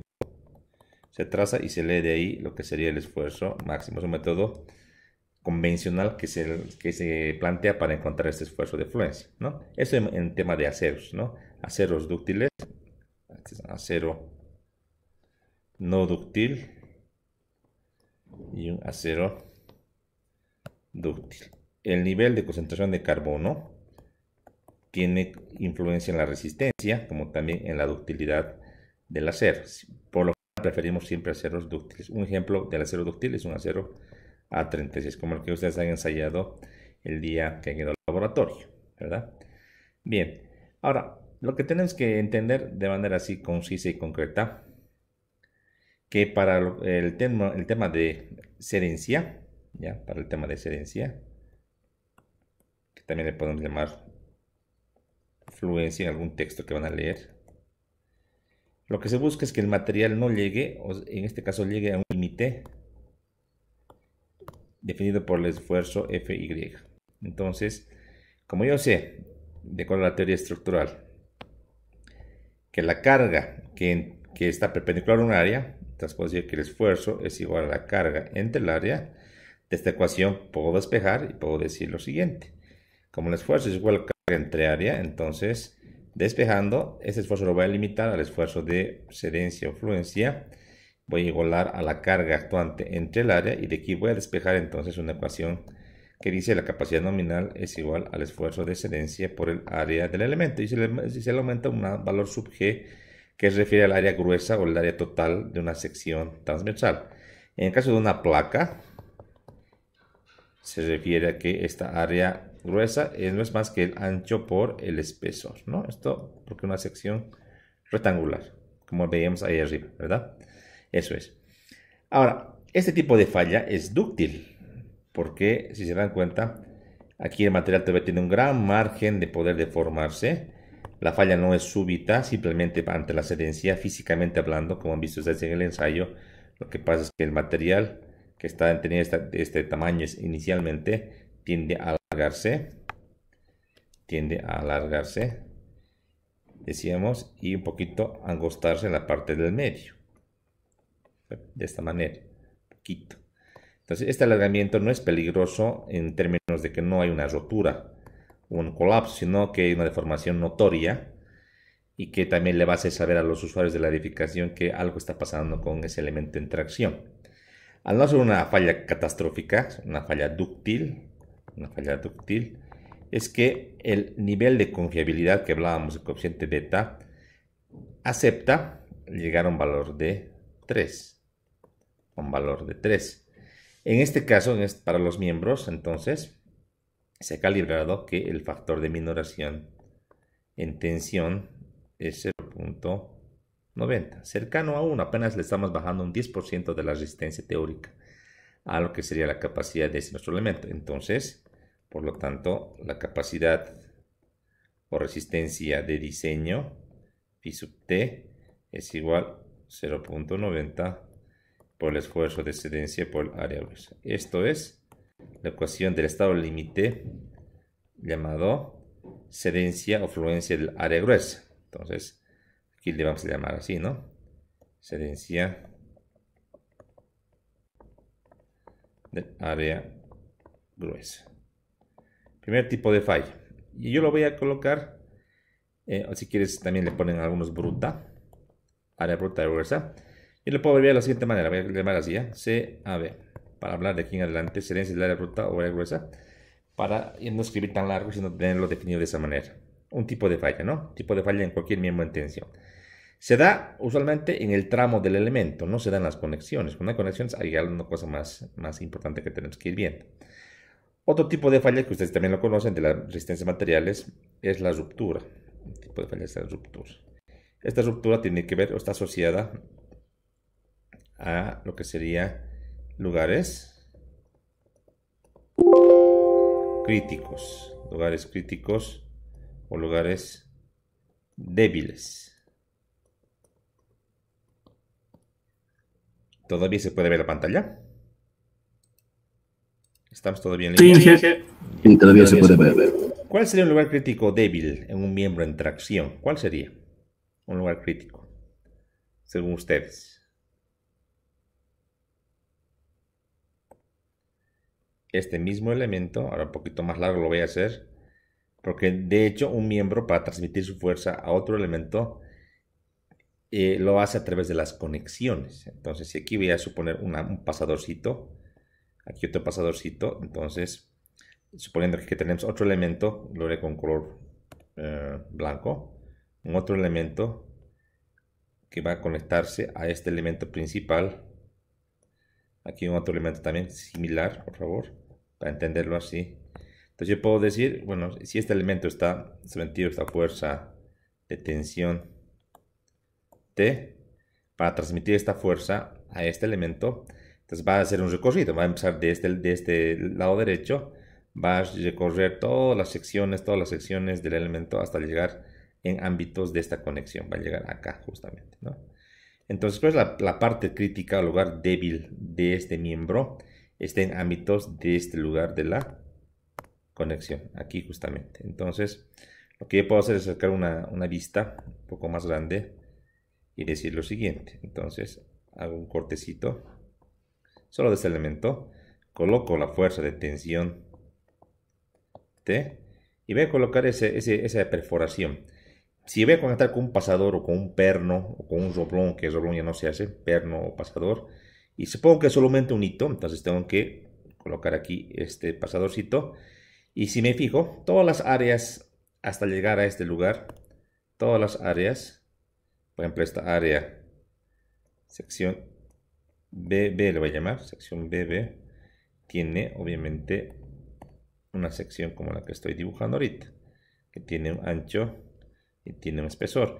Pero cuando yo dibujo una sección justamente en la parte del diámetro del hueco dejado por ese perno pasador, sección CC le voy a llamar, entonces podré dibujar una sección que tiene igualmente el mismo ancho, el mismo espesor que este anterior, pero tiene ya pasando la parte central toda esta perforación, ¿no?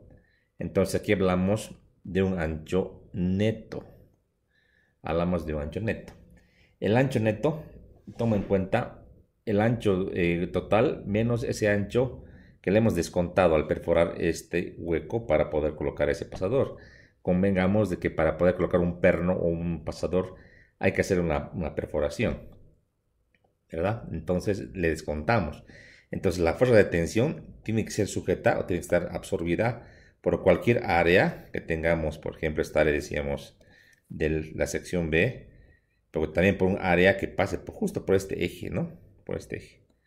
Entonces ahí hablamos, para este caso particular, que la sección débil es el área neta. Área neta, entonces es la sección, el sector más debilitado o más débil de un miembro, ¿no? En este caso, matemáticamente, ¿cómo lo puedo calcular? Esta área neta. Podemos decir que esta área neta, así AN le voy a llamar, será el área bruta, área gruesa, así, descontándole el área de los agujeros o huecos que tenga. Haciendo cálculos, área gruesa sería el ancho por el espesor, ¿verdad? Menos el área de los huecos. Solo tengo un hueco multiplicado por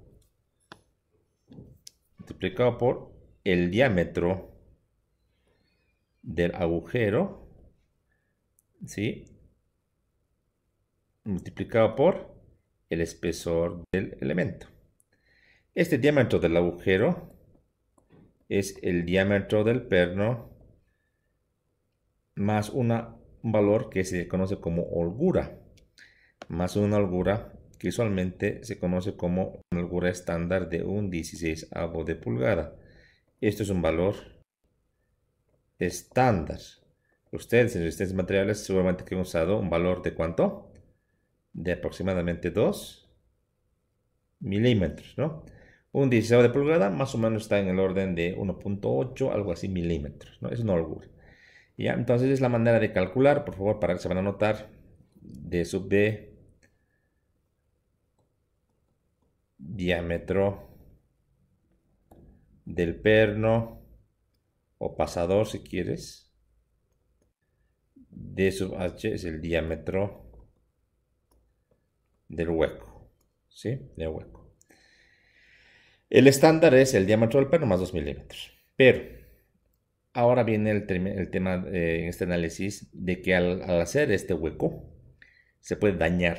Si hacemos una vista un poquito más cercana de toda esa figura, entonces yo me voy a dar cuenta que en el ámbito justo cercano, si quieres un poco más grande, ahí sí, un cortecito, lo hagámoslo así, justo en el ámbito del hueco.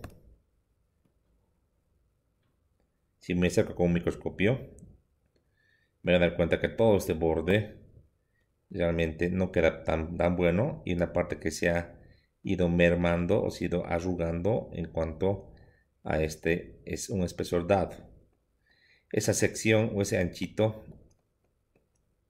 como veis, arrugado, un esporcito adicional en la sección afectada.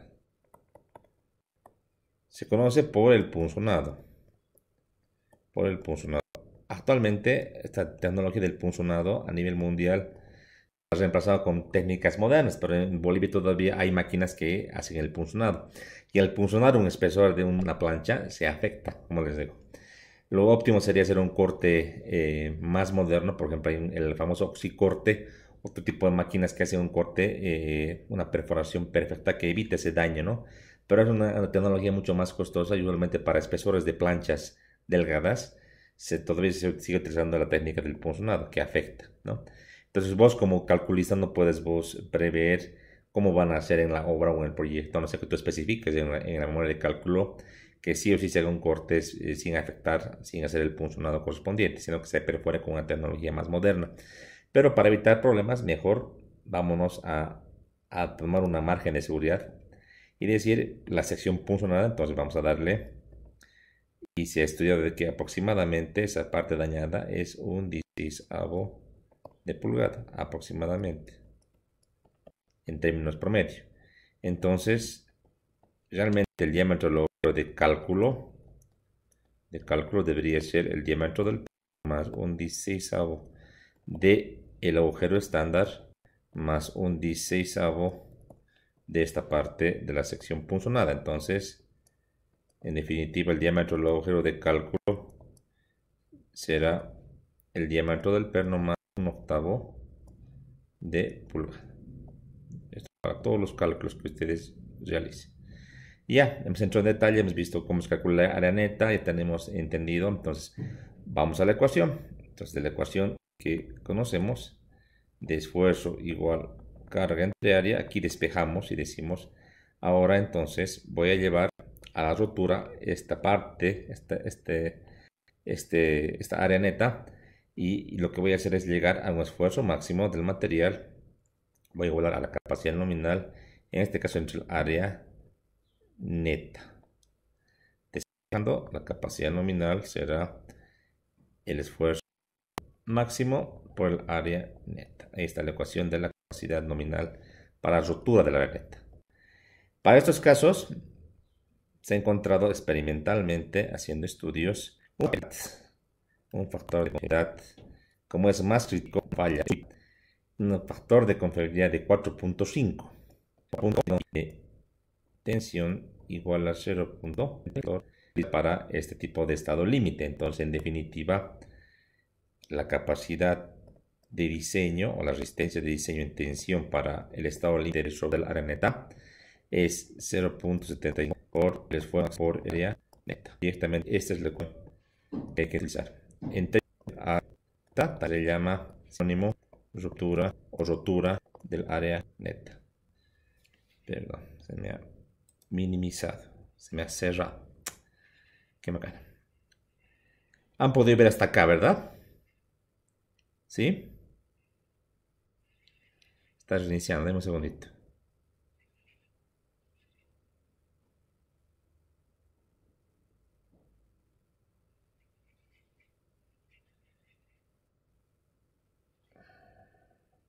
Sí, genio.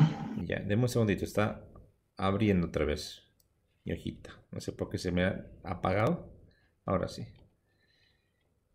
Ya. Entonces, sinónimo ruptura del área, decíamos, neta. Yo lo que voy a hacer para abreviar, como hice en el caso anterior, que veíamos de la fluencia o cedencia, para no entrar tanto en detalle, sea vera, entonces aquí voy a igual abreviar, le voy a decir ruptura del área net, le voy a llamar, ¿ya? Así es. Entonces lo que yo quiero que ustedes vayan esta parte estudiando de la que les he facilitado, ¿ya? Ahora solamente para que nos vayamos, les voy a hacer una pregunta.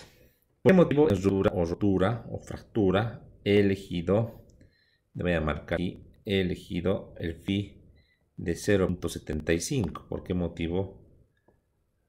No me deja marcar. Un segundo, voy a buscar otro colorcito visible. Poco me deja. Ya, entonces nada más con un textito. ¿Por qué motivo he elegido este valor de 0.75? Rotura. No, el valor de FU, perdón, FU en rotura. Y he elegido para la fluencia o cedencia el valor de FY.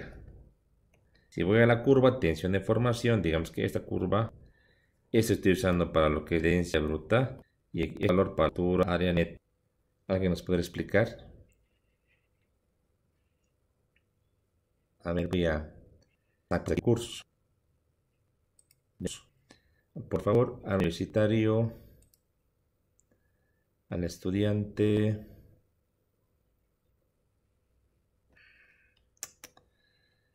Está limpiando en los nombres, che.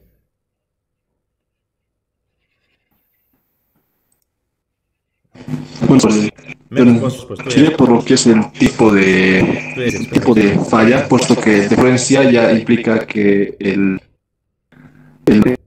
segundo. Hola, ¿me escuchan, no, ingeniero? Te escucho, sí, te escucho. Ya. Tú ya tienes experiencia pues, en esto. Tú ya soy mi alumno. Pero yo les digo, así en facilito. ¿Por qué creen que manejamos FU para uno y FY para otro? ¿Cuál será el motivo? ¿Cuál será el motivo?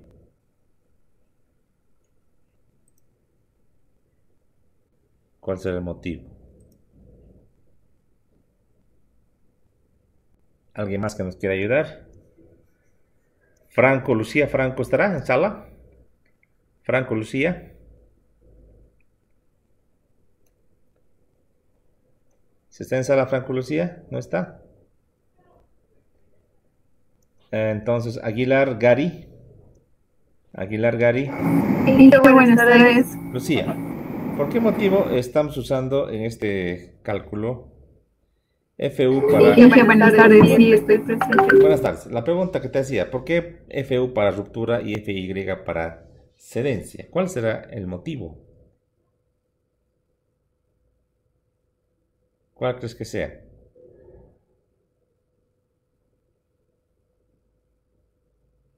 Lucía. ¿Cuál es el motivo? ¿Por qué será? Disculpe, creo que está con un poco de lag. ¿Estoy con qué, perdón?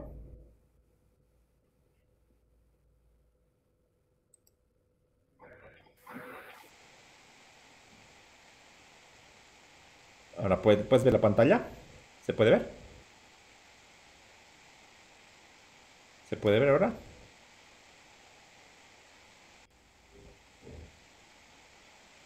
Ya. Bueno, yo les voy a decir por el por qué, ya van a escuchar. ¿Por qué será? Y para entender esta parte, por ejemplo, ¿qué les parece? Podemos analizar la primera es por interesante. ¿Ya? Este miembro, lo voy a dar, este miembro, ¿ya? Digamos que unos 5 metros. Voy a que sea mi nodo otra vez y les voy a explicar rapidito para poder acabar la clase. Que se me esté cortando así de esta manera. Pero es un tema que es ajeno a lo que yo quería explicarles. A ver, un segundo otra vez, vamos a hacer el intento para restablecer la conexión.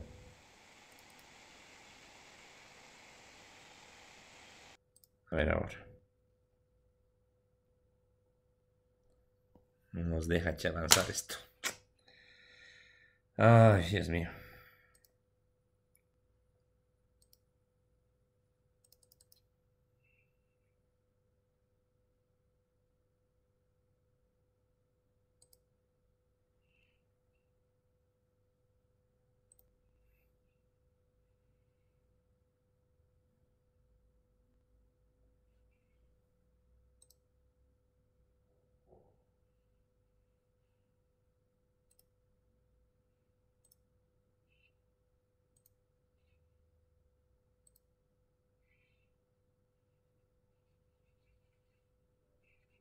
No nos deja responder.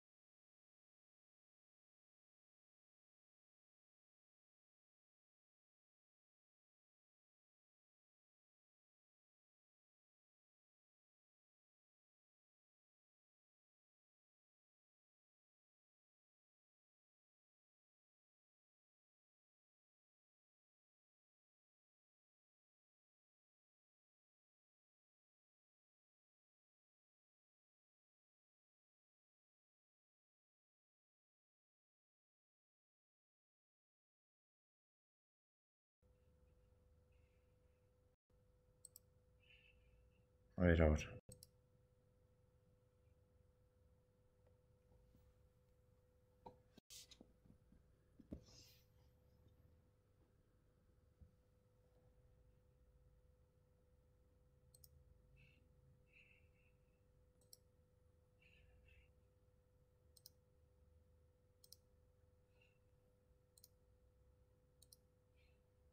A ver ahora. Que me cachen. Vamos a trabajar esto.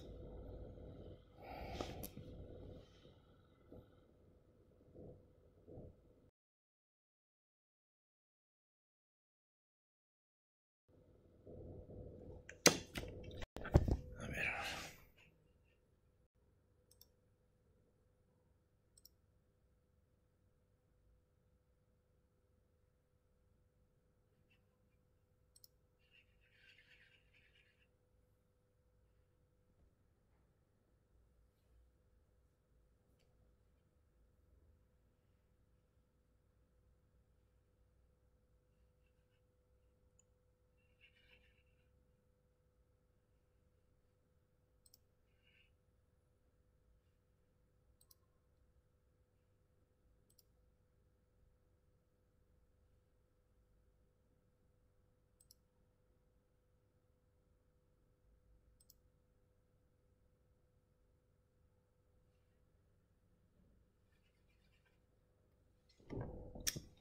macana, che.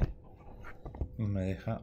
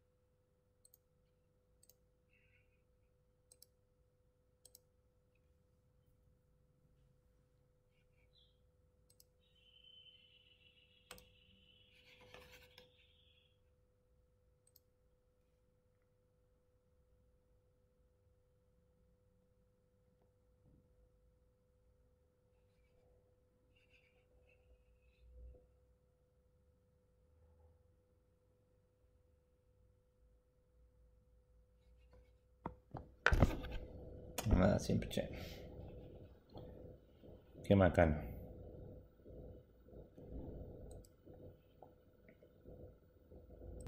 Que quede en la grabación. Ya, me decías vos que depende del tipo de falla. Ya, a ver otra vez, ¿por qué? El tipo de falla que se ve en diferentes casos. Cuando hablamos de excedencia hablamos de una falla dúctil y cuando hablamos de rotura hablamos de una falla frágil. Ya. Pero ¿por qué en rotura, en falla frágil, le voy a llevar hasta este puntito, hasta el esfuerzo máximo? ¿No sería muy peligroso? No está presentando la pantalla. Ahí. Ahora sí.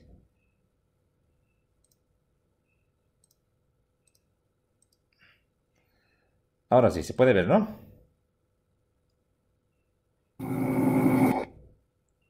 Ahora sí, ¿no? Sí, ahora sí. Ya. Mira, no es tan consistente lo que tú me estás diciendo ahorita. ¿Por qué motivo? Si solo nos fijamos en el tipo de falla y en el material, si te das cuenta, pensar y decir, voy a hacer con este valor de FU lo que sería una falla frágil, y voy a hacer con este valor que está aquí, FY, una falla dúctil, no sería tan consistente, en entendido de que obviamente con un valor de FY, si lo utilizaré también para la rotura, tendría un valor, una sección transversal más grande, estaría yendo por el lado de la seguridad. Pero al usar FU para la rotura estoy encontrando una sección más pequeñita, más económica, pero más tendiente a una falla.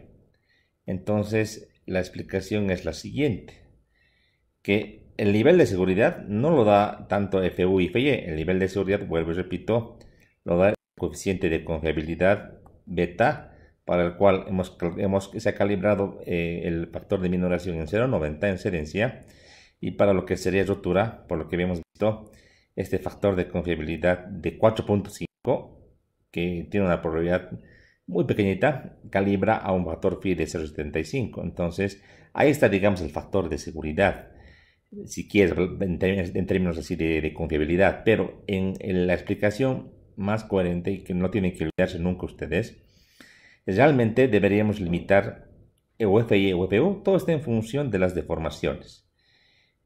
Entonces, si utilizo FY, yo tendré una deformación unitaria pequeñita, epsilon sub y. Si utilizo FU, tendrás una deformación unitaria mucho más grande, epsilon sub u.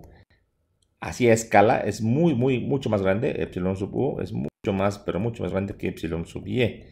¿Ya? Y eso van a ver con los puntos que he recabado de los ensayos que han hecho ustedes el día anterior. Entonces, ¿qué quiero decir con esto?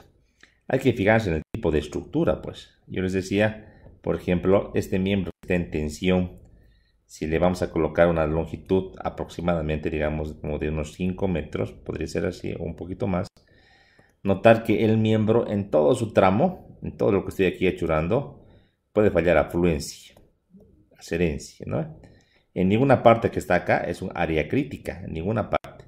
El área crítica recién está por aquí, está justamente al nivel de la conexión de aquí arriba o de aquí abajo. Voy a abstraer, digamos, la conexión de aquí abajo. Entonces podría tener lo siguiente. Podría decir, tengo una columna como esta, con un perfil en forma de I, ¿qué te parece? Así, y sacar una diagonal, voy a ver con color blanco, una diagonal de esta manera, con un perfil cualquiera, digamos un angular, ¿ya? Para poder conectar esos dos elementos voy a usar una planchita, una plaquita para unir, una plaquita de unión. Aquí tendré pues los dos pernitos, los que me salga 3, 4. En términos de distancia, si esto eran 5 metros, yo aquí tengo no más, te podría decir de unos 15, 20 centímetros. Entonces eso marca la diferencia. Entonces aquí tendré pues, una longitud de centímetros, será pues 20 a 30 centímetros, será pues exageradamente comparando a los 5 metros que tenía acá, que esto es 500 centímetros. Entonces, todo esto en función de la longitud. Si veo en términos de deformación unitaria, claro, son valores adimensionales, son chiquititos, ¿no ven? 0.012 contra 0.12 o 0.125.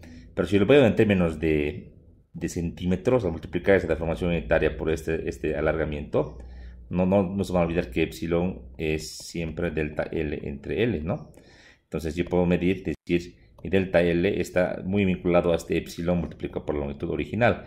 Si yo puedo usar aquí epsilon sub y o epsilon sub u. Obviamente si yo uso el sub u, la deformación va a ser mucho más grande que si uso epsilon sub y, ¿verdad? Entonces en 5 metros no puedo permitir pues que mi elemento se deforme mucho, porque va a ser notorio, además va a afectar al resto. Si se deforma mucho los 5 metros, si se alarga mucho, si se vuelve por ejemplo 5,20, 5,30, ya la forma de esta estructura, esta distancia que está acá, esta distancia que está acá, que es definido, se va a afectar por este alargamiento, ¿verdad? Como también se va a afectar todas las partes que estén conectadas, ya sean los muros, ya sean los paneles, los vidrios. Entonces hay que limitar la deformación de los miembros porque su longitud es apreciable, mientras que la longitud de las conexiones, por lo general, hablamos de valores muy pequeñitos. Entonces por ese motivo que acá puedo yo llegar a epsilon sub u, pero en los tramos no puedo llegar a epsilon sub, tengo que llegar máximo a epsilon sub y. Es la explicación. Vale decir, el material como tal, yo podría aprovechar el material y llegar a epsilon sub u en todos los tipos de cálculos, inclusive para lo que sería el tramo, o sea, el miembro como tal, sin conexión.